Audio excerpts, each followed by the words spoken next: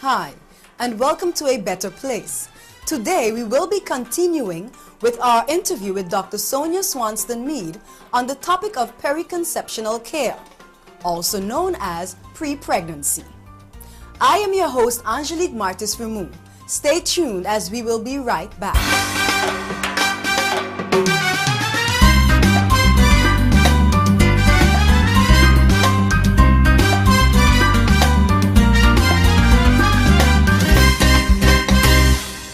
Are you ready to jump? Yeah, I've got the very pretty insurances parachute. Is that a good quality parachute? I don't know, but all the things they told me about it sounded very pretty. Well, okay then. Let's do this.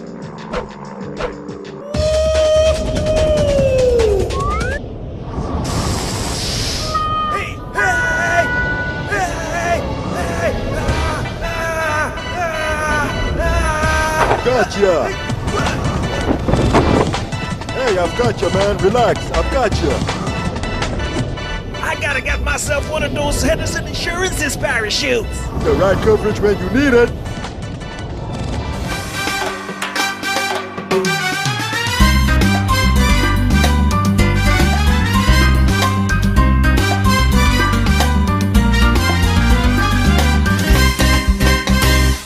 Hello, and welcome to A Better Place, where our guest today is Dr. Sonia Swanston-Mead. Well, doctor, since we're talking about health checkups, and we know that it's been said that women after a certain age, they can't conceive or their eggs become stale.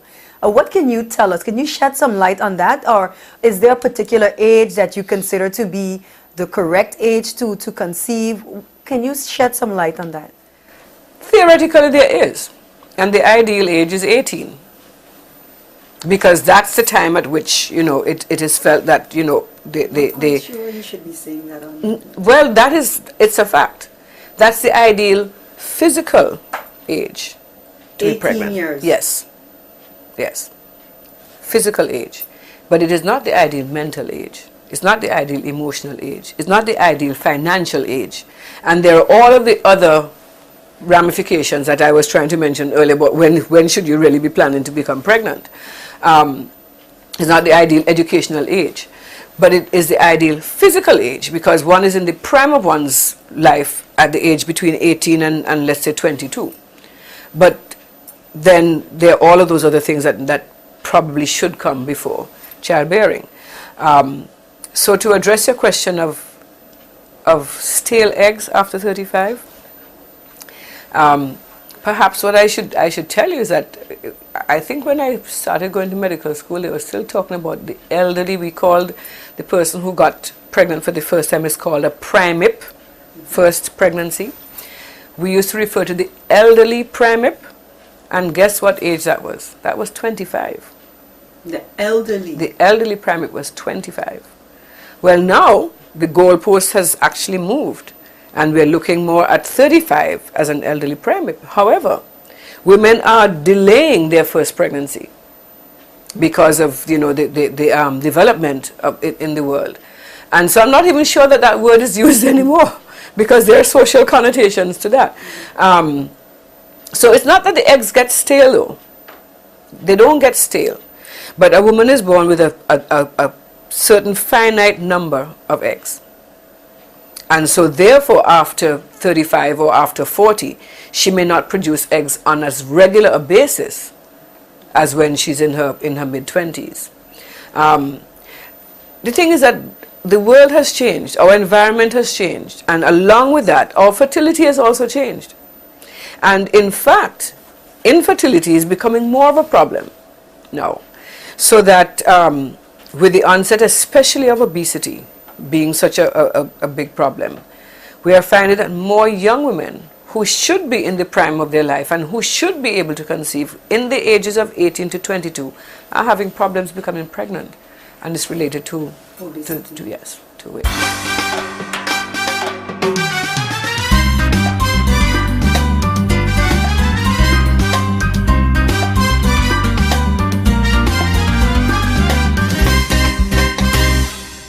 looking for that prescription that the doctor just gave to you and you can't find it at no other pharmacy?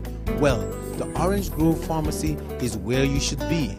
The Orange Grove Pharmacy, we carry a wide range of American and European prescriptions and drugstore items. We also do personal care products. We offer friendly services and 24 hours emergency delivery. Charges may apply. We're open Monday to Friday, 8 a.m. to 6:30 p.m., Saturdays, 9 to 1 p.m. Orange Grove Pharmacy, supporting a healthy lifestyle. Dirt. Ordinary kitchen cloths move it rather than clean it. So we invented our super kitchen cloth with unique ribbon-shaped microfibers. It lifts and traps dirt and dust. Scotch-Brite. Smart, simple and clean.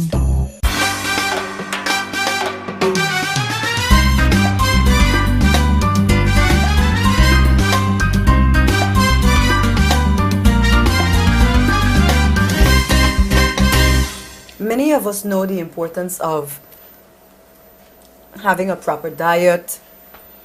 However, I can imagine that this plays quite a role in pregnancy. Could you explain to the viewers why? We know, for example, that certain nutrients are very important for the early development of the fetus. Among those being folic acid. And it is one of the reasons why folic acid supplements are given during pregnancy. However, Yes, but before you continue, you said during pregnancy. yes, But I've also heard that it is important to consume the folic acid right, before, while you know you're trying to conceive. exactly. Is there a specific time span? Can you be taking the folic acid a year before you become pregnant, or should you be taking it a year before, or once you've started taking it, it's okay? Is there a specific time span for Okay. that? Well, the thing is, Angelique, we should be getting folic acid in our diet. It should not be necessary to take folic acid supplements. This is what I was going to say. Folic acid is important for the early development of the fetus. It's also important for the female who wants to become pregnant to have a good level of folic acid in her body. But she doesn't have to be taking folic acid supplements if she's eating correctly. And so, because we're talking about diet, what I wanted to say was the types of foods that would be high in folic acid that would be desirous for somebody who wants to become pregnant to consume. And so those were the green leafy vegetables, which we find a lot of people, young people, I dare to say teenagers, because it's a fact, don't think that it's important to eat green vegetables. And I'm going to stick my neck out and say, not just teenagers, but their male parents, because men generally consider certain kinds of greens as quote-unquote rabbit food, and they don't see the importance of including that in their diet. But these are the foods that contain high levels of folic acid. And so therefore, ideally, if a young woman wants to become pregnant, she should be consuming those foods as part of her diet ever since. So that it should not be necessary for her to take folic acid supplements. Now, if she's been deficient in that part of her diet and has not been eating green vegetables and fruits, then she may want to take a folic acid supplement whenever she's made a decision that she would like to have a baby. You say green leafy vegetables. Does that mean every vegetable that's green? Lettuce, yes, lettuce, pak choy, spinach, green beans, yes, basically. Okay. And cooked as well as uncooked, preferably steamed so that they're not overcooked, because then when you overcook the So vegetables... folic acid is found mostly in the greeny vegetables? Yes. So doctor, are there any other foods that contain folic acid? We talked about the greeny vegetables. Right, yes, there are.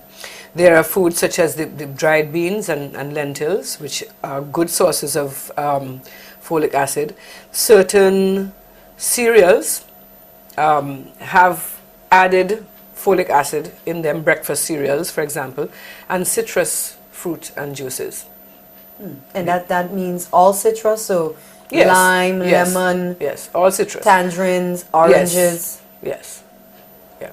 So, for example, an orange can be sufficient, you think, for your Not folic an acid orange. intake? I would say not an orange alone. Okay. I would say that you should be eating some fruit, which doesn't have to be citrus fruit, but some fruit and some vegetables every day. Every day. The dark vegetables should be a part of your meal on a daily basis. Because I've also heard that you can also, when taking vitamins, take too much vitamins. There are certain vitamins, yes, that you What can about take the too much folic of. acid? Because I've also heard that the folic acid, if your body retains too much, you pass it through your urine. Is that correct? Well, that's true, but it doesn't build up inside of your body. And in fact, the recommended daily amount for pregnancy is 1 milligram.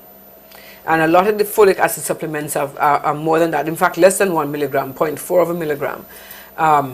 So most of the times when we are given supplements of folic acid, we are getting in excess of what we actually need. And that, that just goes through the body. So, and as far as food is concerned, it's better if we try to eat more of those things, especially when we have not been eating that much of them in the past. What about, we are talking about the foods that benefit a healthy pregnancy. What about foods are there any foods that may decrease one's chances of getting pregnant? That would decrease one's chance of getting pregnant. Well, I suppose indirectly we could postulate that if one is eating a lot of fatty, greasy, high starch foods, and it creates obesity, that is one of those foods could sort of be preventive in a sense in terms of getting pregnant. But that's sort of stretching it a little bit. They're not healthy for you in general. And so therefore, in case of somebody who's trying to become pregnant, then it is better not to consume a diet which is too high in fat, especially saturated fats, or in the refined carbohydrates. And when I talk about refined carbohydrates, I'm talking about things like the refined sugars, the refined flours and pastries. And I know that, Johnny cake is a very important part, a very important staple in the St. Martin diet. Not just in St. Martin, all over the Caribbean. But it is, generally speaking, made with refined or processed flour. And a Johnny cake would be better for us if we used whole wheat flour. So in other words, you can still enjoy the foods that are popular, but by just changing the recipe slightly to include something which is more nutritious and more healthy, then it becomes something that that we can have. Okay. And this question might Without seem guilt, a bit, I should say. and this question might seem a bit humorous. What about foods?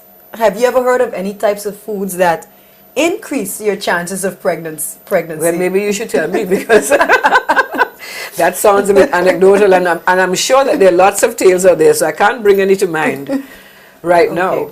But what have you heard, Angelique? Tell me. No, I haven't heard anything. Okay. I was just wondering if, since there are so many vegetables and different foods that help to maintain a healthy pregnancy. There may be, I shouldn't, we're laughing about it, but there may be certain herbs and certain foods that do enhance one's fertility. We know that certain foods have hormone-like properties. For example, yam is one of those that has hormonal properties. So, I can't give you any exact specifics. And somebody who is a herbalist or who studies,